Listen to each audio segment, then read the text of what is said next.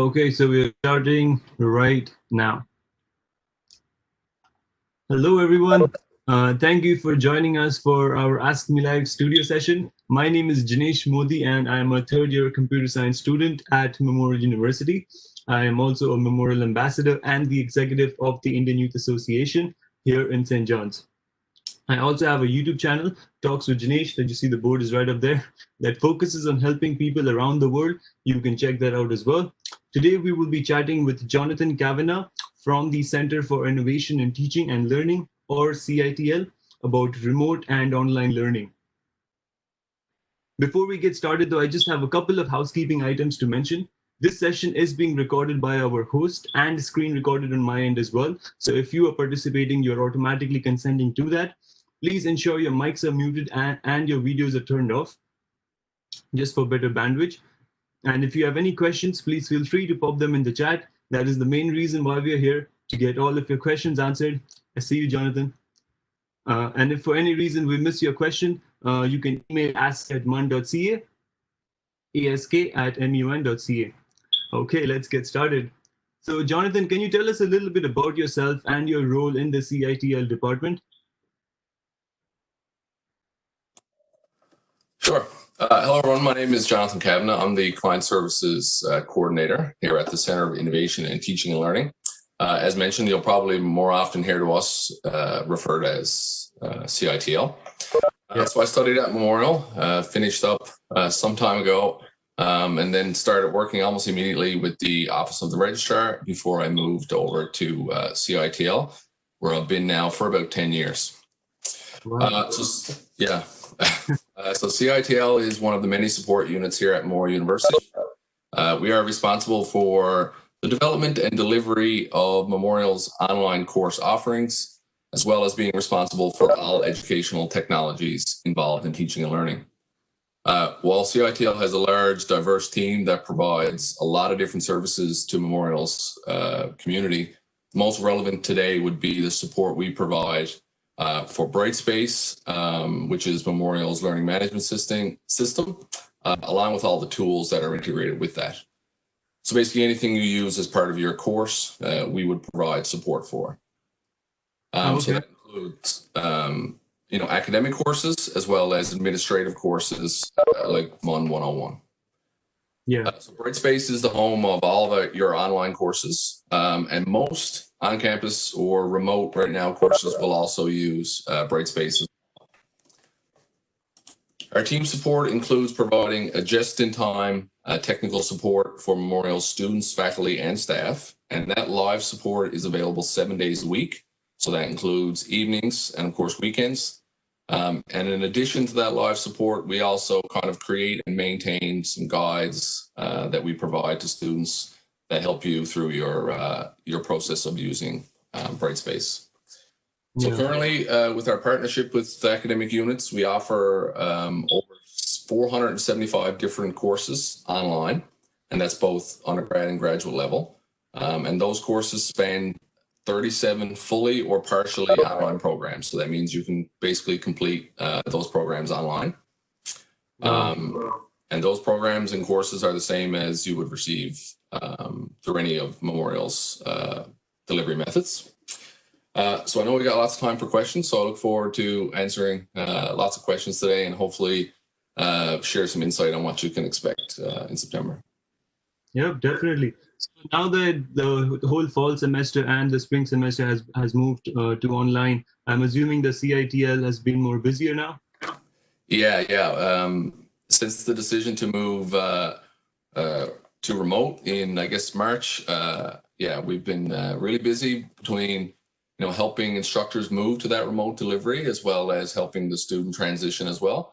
But we've expanded our team recently over the last couple of weeks, and we're ready and able to provide that support campus-wide.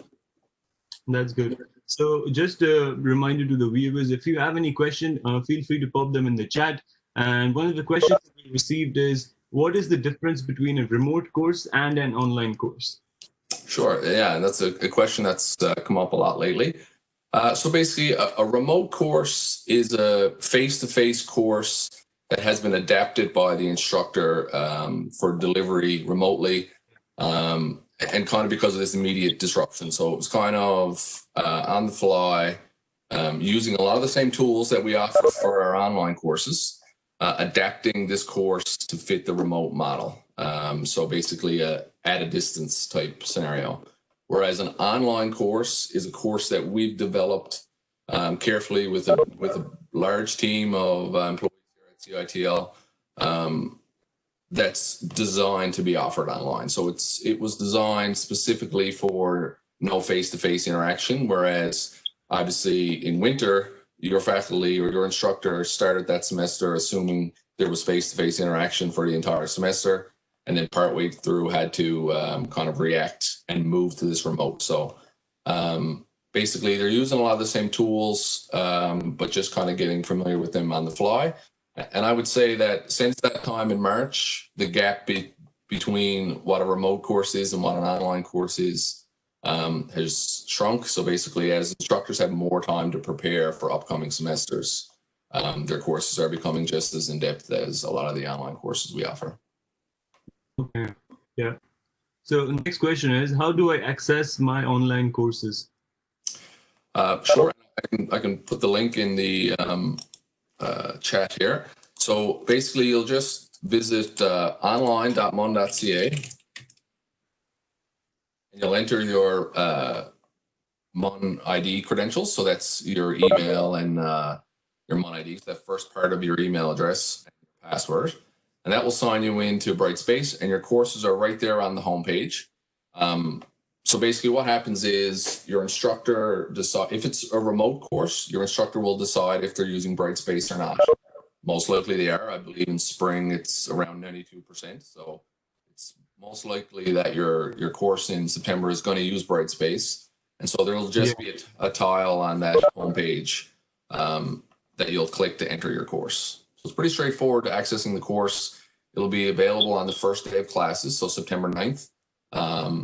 Those will be available. And if you don't see a course on your course homepage just yet, and you log into self-service and you can see that you're registered, there's nothing to worry about there. It just means your instructor hasn't turned it on yet. And obviously, there's still some time to go between now and September. So they'll either activate that then, or they'll be in contact with you to explain a different mode of delivery. But I think it's safe to assume Brightspace will be the majority of your remote courses.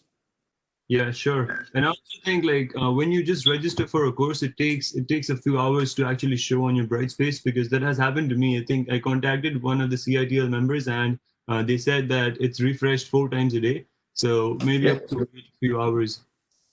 Yeah, that's right. Yeah.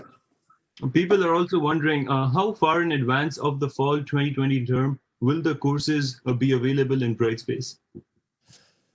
So for students, that's up to the instructor, really. So each instructor can decide when they kind of turn their site on. What's typical is the first day of classes. But also remember that there's very little that's typical about this upcoming fall.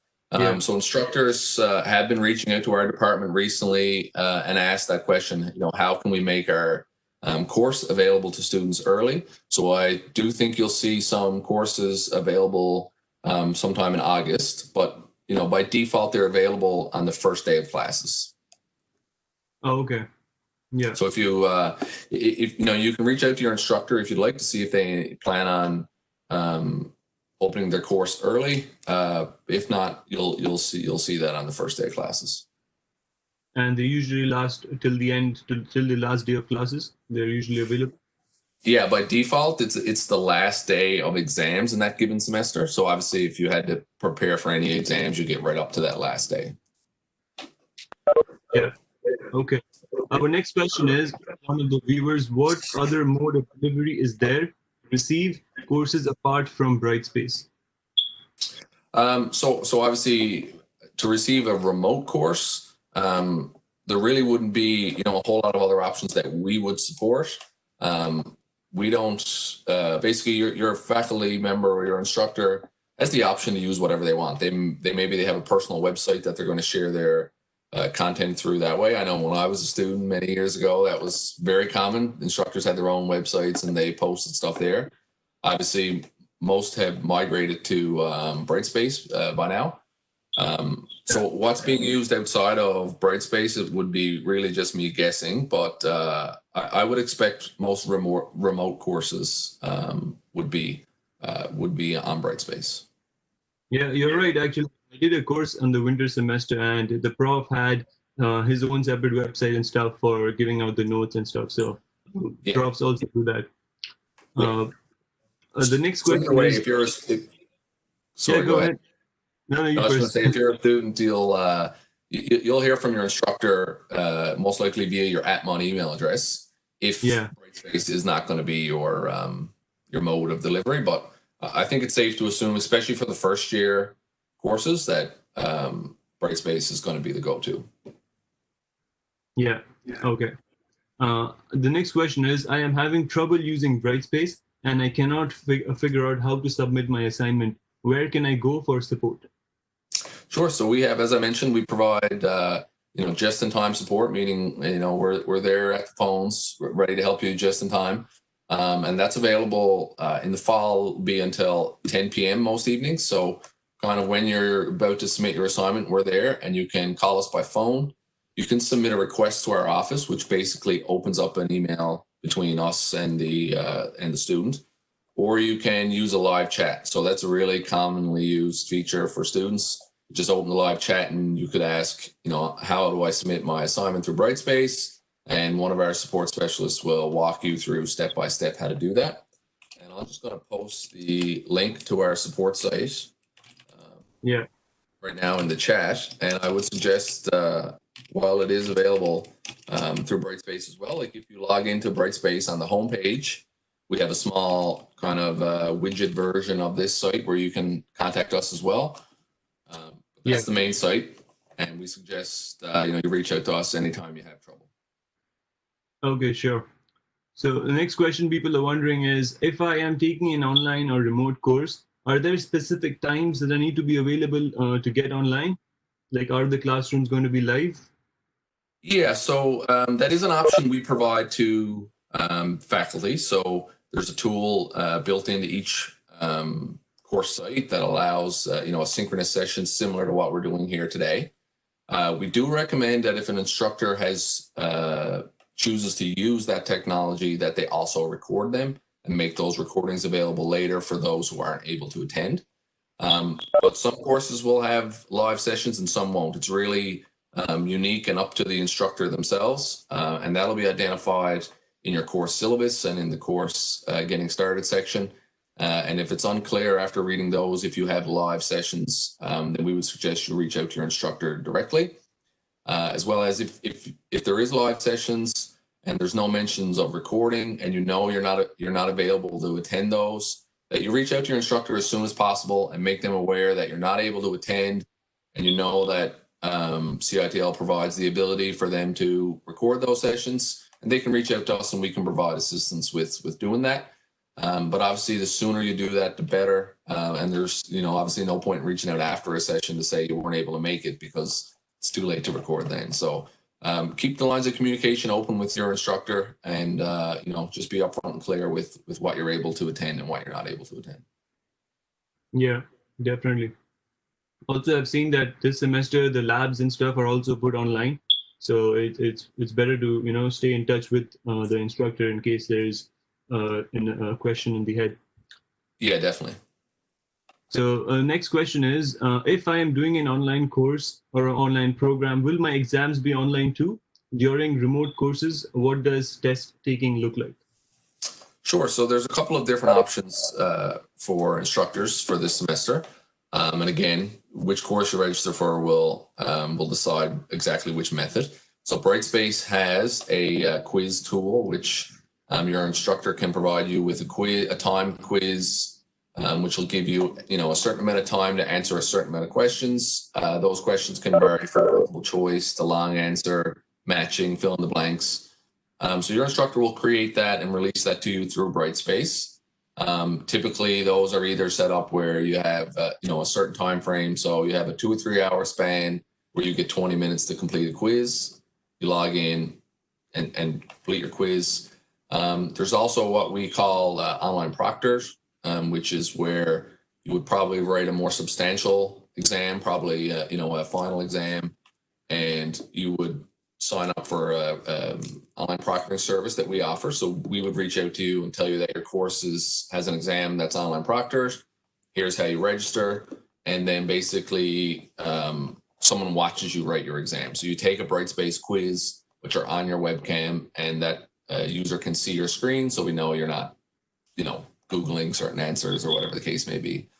So that's a service that might be in your course as well. And of course, the other option would be, kind of a take-home exam where you would, complete an assessment piece and upload it to Brightspace.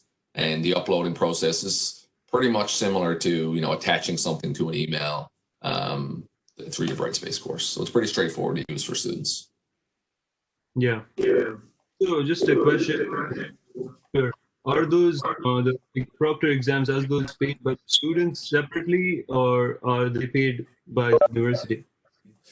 So right now, the model is that the university pays for those.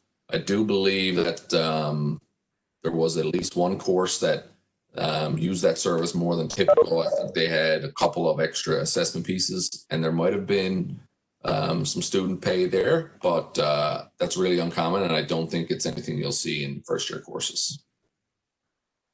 Okay. And I also think that I think I read in a notification somewhere, if you change your date or you book your Proctor exam 2 weeks before the exam, that's when you have to pay an additional $8 from your own pocket or something. Yeah, there are some late fees or some change fees that can be applied.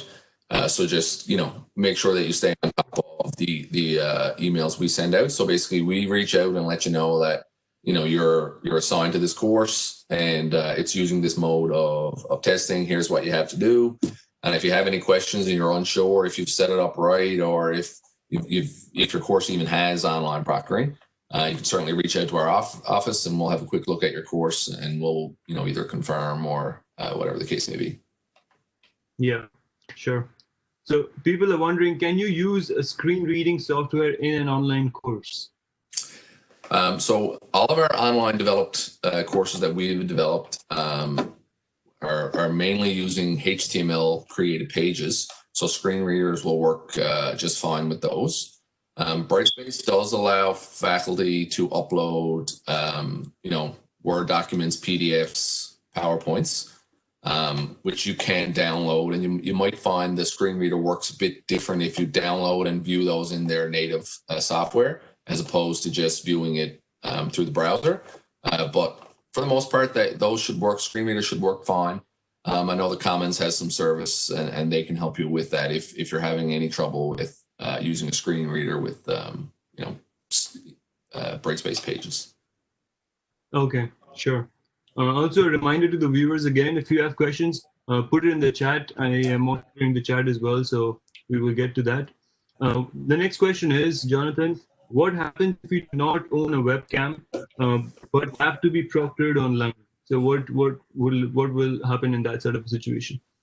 So the short answer would be you would be required to get a webcam. So if your prof has decided to use online proctoring, a webcam is a component of that you would be required to have.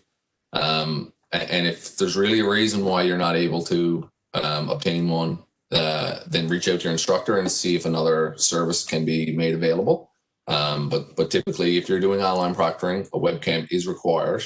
Doesn't have to be anything fancy.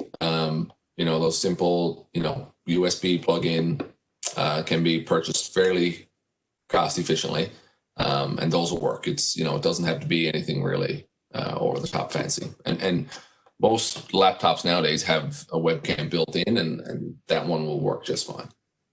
Yeah. And also, allowed to have two screens at the same time turned on. So if in case someone is wanting to do that for any reason, for maybe a disability, what happens in that situation?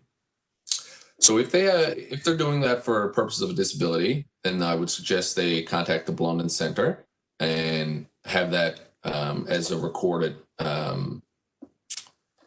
thing they need to do, and then that'll be put in the notes when we reach out to that proctoring service. We'll say this student is allowed to use multiple screens as an accommodation.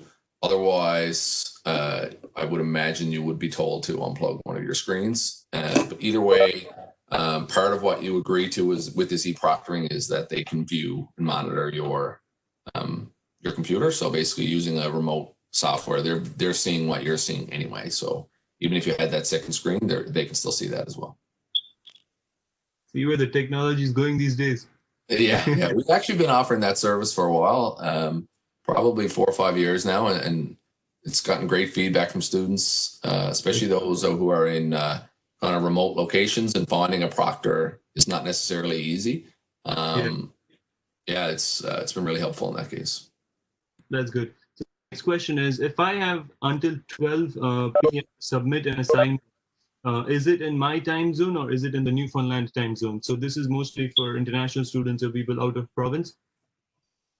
Yeah. So when your instructor sets it up, assuming your instructor's in Newfoundland, the times they are entering are Newfoundland Standard Time. However, when you log into Brightspace, up in the top right-hand corner, there's an account settings, and you can set your own time zone, and then that's going to convert the times your instructor enters to your time zone. So, for example, if you're in the Eastern time zone, it's going to automatically move a 12 p.m. deadline back to 10:30, I think, if I'm doing the math correctly. But it'll appear to you as a student as 10:30. But if I'm in the same class and I log in Newfoundland, it's going to show me 12, but that's actually the same time. It's just so basically just converts it for your time zone. So just make sure to update your time zone in the Brightspace settings, and that should kind of limit the confusion. Well, that's really helpful. Our next question is, do our professors upload the notes to Brightspace? Most professors will do that. So basically, especially for the remote delivery, most faculty members will upload the either PowerPoint presentations or PDF notes that they would normally present in class to Brightspace.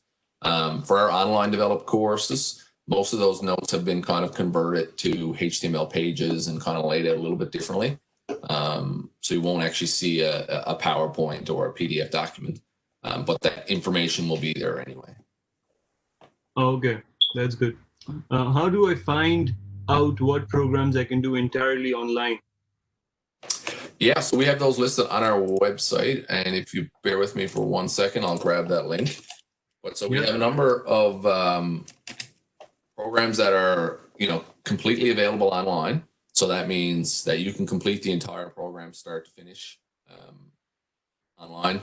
And we have some that are offered what we call partially. And so that means, most of the program is offered online, but you likely would have to take a course or two, either on campus, or in theory, you could take it from you might have transferred in from another university that's, closer to you locally. So I posted the link to our courses and programs. So if you click the programs link, you'll get a list of each program. And what they refer to there as mixed modes means partially. So online programs are 100% online, and mixed mode programs would be those that, it's at least 75% of it is available online. So, the main portion of it is. Yeah. Okay. Sure. Thank you. If the fall semester starts online, is it going to stay online, or will I have to come to campus in the middle of the semester? So my understanding is, and that's a decision beyond our department. So that's, the university that makes that decision, not necessarily our department. But my understanding of the announcement is that the semester will start and finish as remote. And that's why the decision was made as early as it was, that it would be a remote semester, is so that students would not be expected to come in the middle of a semester. So that's my interpretation of the announcement that's been made. But I'm sure we can probably confirm that by on the university website. But yeah, that's my understanding, is all is remote start to finish. There are a few select programs that have some on-campus requirements, but you would likely already know that if you were in one of those programs, and I don't believe it's any first-year courses. Yeah. So I believe there's some nursing and some engineering labs and stuff that are going to take place, but you would be made aware. And my understanding is if you're really unable to complete those, there will be accommodations made to let you do that at a later date. Okay. So the next question is, do we need to actively monitor the Brightspace email? Because the system that I'm using here is slow. So do I need to actively monitor the Brightspace email, or is it okay if I just use the @mun.ca email? So I would suggest you monitor your Brightspace course mail as well. So obviously it can be a little confusing that you have two email systems with Mun. You've got your @mun email address, which is a normal email address system. And then you've got your Brightspace course mail, which is really just internal to Brightspace. And basically, we always kind of refer it to like your Twitter DMs or your Facebook Messenger. It's just internal to those sites. So Brightspace is just internal to course mail is just internal to Brightspace. And what that allows is easy communication between classmates and instructors, as well as no confusion, no mixing in personal emails. It's just your course material and course topics only. Kind of prevents losing important email through notifications or just personal email as well. But as for communication with your instructor, at the start of the semester, your instructor will notify you how they plan on communicating with you. Some prefer @mun, some prefer Brightspace, and then I'm sure there's also some who have a personal email address outside of that they might prefer. But just make sure it's clear with your instructor on what they want you to use, and that you use that method for that course. But hopefully most have moved to Brightspace course mail at this point. Yeah. Okay. Sounds good. I had a lot of trouble. I was actually very confused in my first year between these two emails, but then just speaking to friends and speaking to instructors, I kind of got it figured out. Yeah. It can be confusing. Yeah. Yeah. Thank you, Jonathan, for this expert advice and for your honest opinions. Thank you so much. And thank you, viewers, for joining us today. Folks, that is it for this session. Our next Ask Me Live studio is happening next Wednesday on August 5th at 2 p.m. It will be a similar question and answer session with the speaker of HKR. Our expert guest in the next session is Dr. Anne Marie Sullivan, who is the Associate Dean. And join us every Wednesday and Friday at 2 p.m. For these studios, and I'll see you next time. Thank you. Thank you, guys.